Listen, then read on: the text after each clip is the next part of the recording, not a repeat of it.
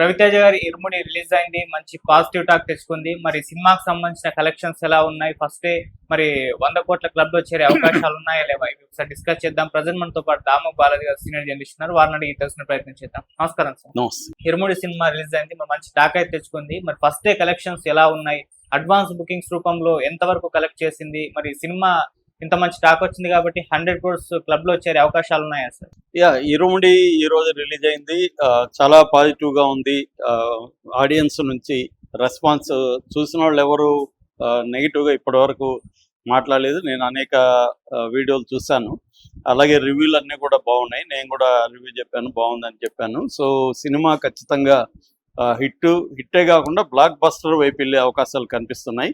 So దీని మామూలుగా అయితే డైరెక్టర్ మీద హీరో మీద పెద్ద బడ్జ్ లేదు. ఎందుకంటే హీరోకి రవితేజకి వరుసగా ఫ్లాప్లు ఉన్నాయి. ఈ డైరెక్టర్కి కూడా పెద్దగా ఏమీ బడ్జ్ లేదు. ఆయన ఖుషి అంతగా ఏం ఆడలేదు. రెండోది మజిలీ కూడా కొంత క్రిటికల్ అక్లెయిమ్ వచ్చింది కానీ పెద్ద బ్లాక్ బస్టర్ ఏం కాదు. దాని మీద చాలా నెగిటివ్ రివ్యూలు కూడా వచ్చాయి. అంటే మెలో డ్రామా అంతా తీశాడని. అందువల్ల వీళ్ళిద్దరి మీద ఏమీ లేదు. మైత్రి సినిమాలు కూడా వరుసగా ఫ్లాప్లు ఉన్నాయి. సో అందువల్ల దీనికి పెద్ద బిజినెస్ కాలేదు యాక్చువల్గా చెప్పాలంటే. 21 కోట్ల రేంజ్ మాత్రమే అయ్యిందని చెప్తున్నారు. ఆంధ్రాలో 8.4 కోట్లు, సీడెడ్లో 2.5 క్రోడ్స్, నైజాంలో 7 కోట్లు ఎన్ఆర్ఐపి మీద అయిందని. సో ఓవరాల్గా ఒక 21 కోట్ల టార్గెట్తో అయిందని. సో కాకపోతే దీనికి బడ్జెట్ కూడా ఎక్కువ పెట్టలేదు. ఓన్లీ రవితేజ రెమ్యునరేషన్ తప్ప దీంట్లో పెద్దగా మిగతా విలేజ్లో కూడా ఎక్కువ ఖర్చు అయితే కనపడదు. నేచురల్గా తీసేశారు కాబట్టి పెద్దగా ఖర్చు లేదు. కాకపోతే బడ్జెట్ బిగినింగ్లో అంటే ట్రేడ్ అంటాం, ట్రేడ్ ఎగ్జైట్ అనేది లేదు. తర్వాత మెల్లగా బడ్జెట్ ఏర్పడింది. ట్రైలర్ వచ్చి ఇవన్నీ జరిగినాక వీళ్ళు ఇంటర్వ్యూలు ఇవ్వడం, ఫంక్షన్లు చేయడం ఇవన్నీ జరిగినాక బడ్జెట్ అయితే ఏర్పడింది. సో ఇప్పుడు అడ్వాన్స్ బుకింగ్లు మాత్రం బడ్జెట్కి తగినట్టు అడ్వాన్స్ బుకింగ్లు అయితే ఉన్నాయి. ఇప్పటి వరకు మనకు అందుతున్న సమాచారం మేరకు ఈరోజు మొత్తం 9 వరల్డ్ వైడ్గా, అంటే ఇండియాలో ఏమో 550 థియేటర్లు, వరల్డ్ వైడ్గా 900 థియేటర్లలో ఇది రిలీజ్ అయింది. 2,983 షోలు పడుతున్నాయి. దీనికి ఇప్పుడు 3,47,802 టికెట్స్ అడ్వాన్స్ బుకింగ్ లో వెళ్ళినాయని చెప్తున్నారు. సో అడ్వాన్స్ బుకింగ్ ఓవరాల్ గా ఇప్పటి వరకు అందుతున్న సమాచారం మేరకు దాదాపు 9 కోట్ల రూపాయల అడ్వాన్స్ బుకింగ్ లో వచ్చిందని, ఇందులో మనకి ఓవర్సీస్ లో 2.25 క్రోర్స్ ఓవర్సీస్ లో వచ్చింది. మిగతావి ఇక్కడ 7 కోట్ల వరకు ఇక్కడ వచ్చిందనేది చెప్తున్నారు. సో అడ్వాన్స్ బుకింగ్ అయితే బాగానే వచ్చాయి. అంటే టికెట్లు అడ్వాన్స్ బుకింగ్లోనే 31% ఆక్యుపెన్సీ అడ్వాన్స్లోనే వచ్చేసింది. మామూలుగా 31% అడ్వాన్స్లో వచ్చిందంటే ఈజీగా ఇది 50-60 ఆక్యుపెన్సీ రేట్ అయితే ఉంటుంది.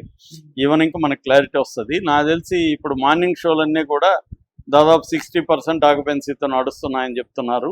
అదే కానీ జరిగితే మాత్రం ఇది ఖచ్చితంగా 100 కోట్ల క్లబ్లోకి వెళ్ళే అవకాశం ఉంది. మామూలుగా అయితే ఈరోజు ఓపెనింగ్ 5 కోట్ల టార్గెట్తో ఓపెన్ అయింది. అంటే ఈరోజు కలెక్షన్లు 5 కోట్లు నెట్ కలెక్షన్లు కానీ వస్తే దీని టార్గెట్ నెరవేరినట్టుగా మామూలుగా అయితే.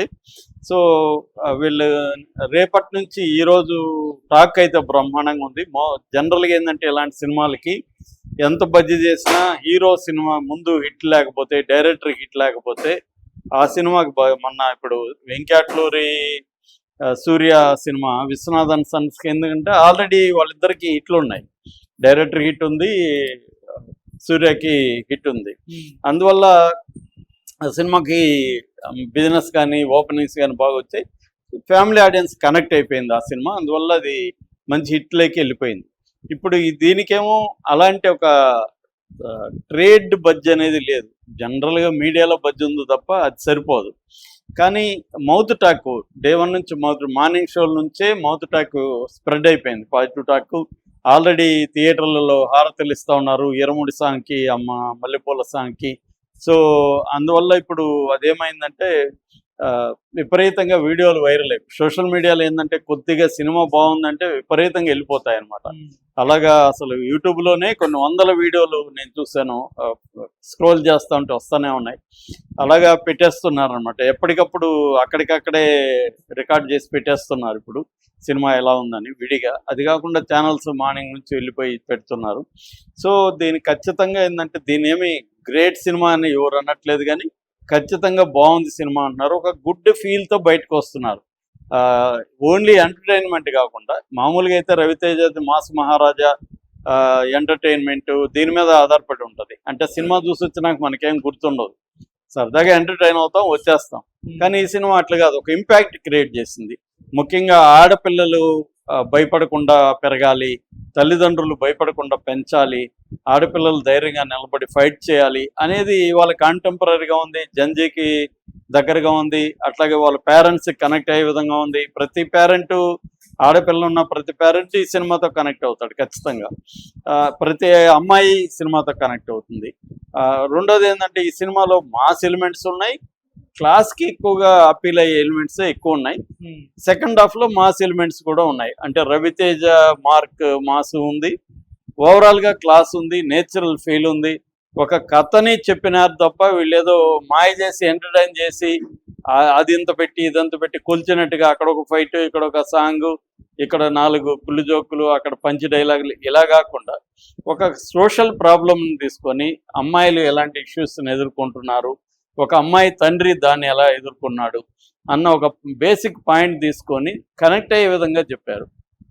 దాని తర్వాత మామూలుగా ఇలాంటి పాయింట్లో చాలా బోరింగ్గా ఉంటుంది, బోధిస్తూ ఉంటారు, మనకి డైలాగులు చెప్తా ఉంటారు, అదంతా అవాయిడ్ చేస్తారు డైరెక్టర్.